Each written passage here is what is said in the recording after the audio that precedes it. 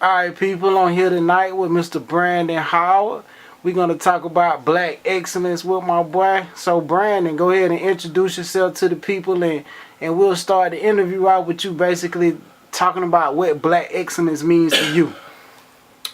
Brandon Howard, Southwest alumni, counselor, coach, you name it, I do it all. That right? Okay, Brandon, let the people know. Talk about what does black excellence means to you. Black excellence mean to me is you taking the best God got to offer, putting them together, and just creating a work of art. You got people that weren't scared to break the mold, go against the grain and do things that people told them they couldn't do. That's right. They broke the glass ceiling. They exceeded all expectations. They created things. They did so much, from sports to acting to being a part of the Renaissance. Great people from this city alone. Right. People that even I didn't know nothing about. That's right. It's so many things that we done as a people that that's great. And our whole purpose is to shed some light on some of the people that nobody never really thought about, or that history didn't shed some light on. Right. So I think this is a pretty good thing that we all are trying to do here, not just for the city, but for black people as a whole. Right. Okay. Me and you, we were having a personal conversation once when we first started talking about doing this movement, doing this event.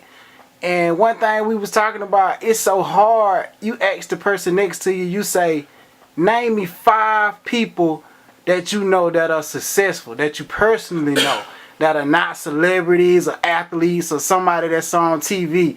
Why do you think it's so hard for people to name 5 people that are successful that they know personally?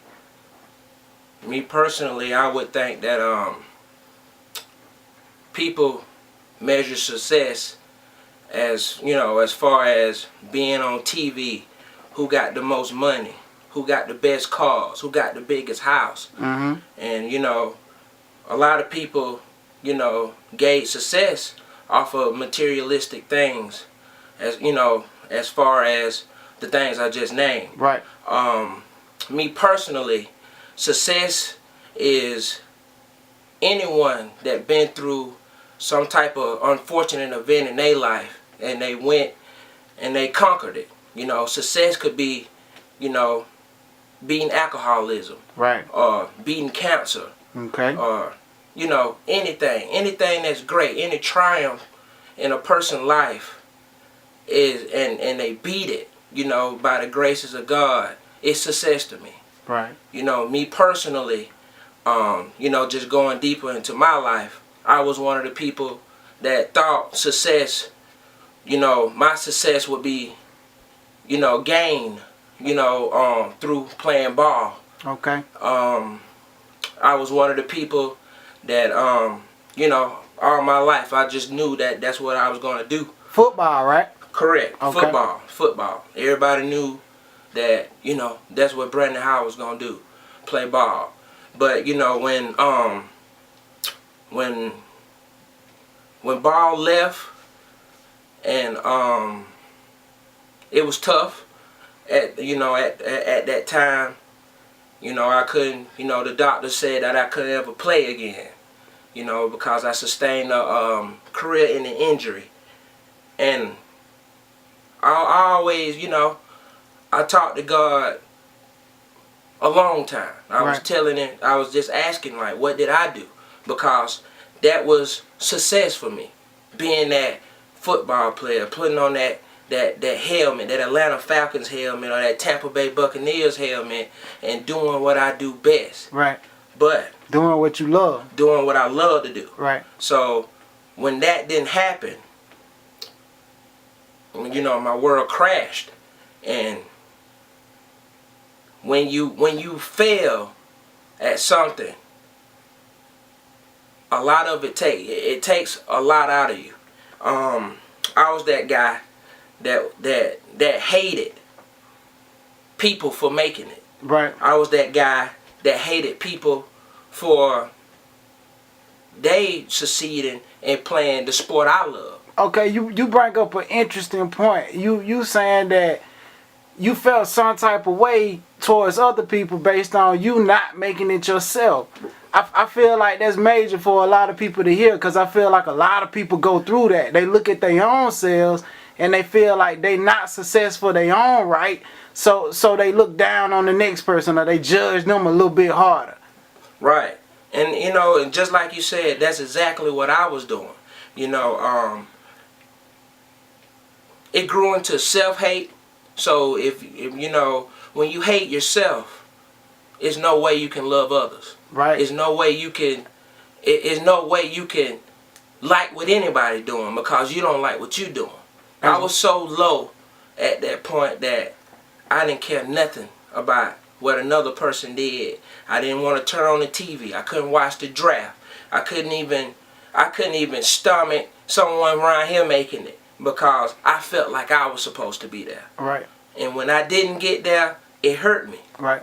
You know, but you know, God told me. I listened to him. Even though I didn't want to listen to him because I thought that I was this great football player, that I was destined to play that game. Right. But when he told me, son, this ain't what I got for you. Okay. I got other things planned for you. Right. You was a hell of a football player. Right. But you are even better coach. Okay.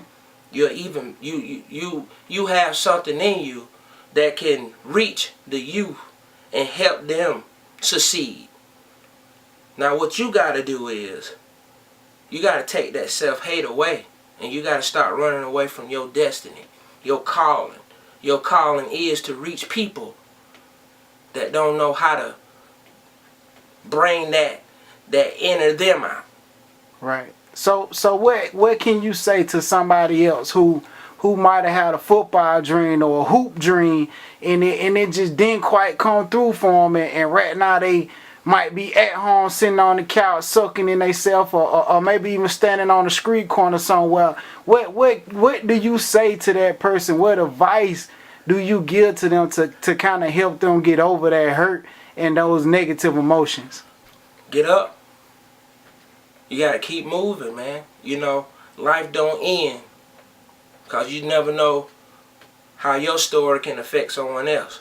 By you being selfish like I was, not giving back to the people that need you most, you hurting other people.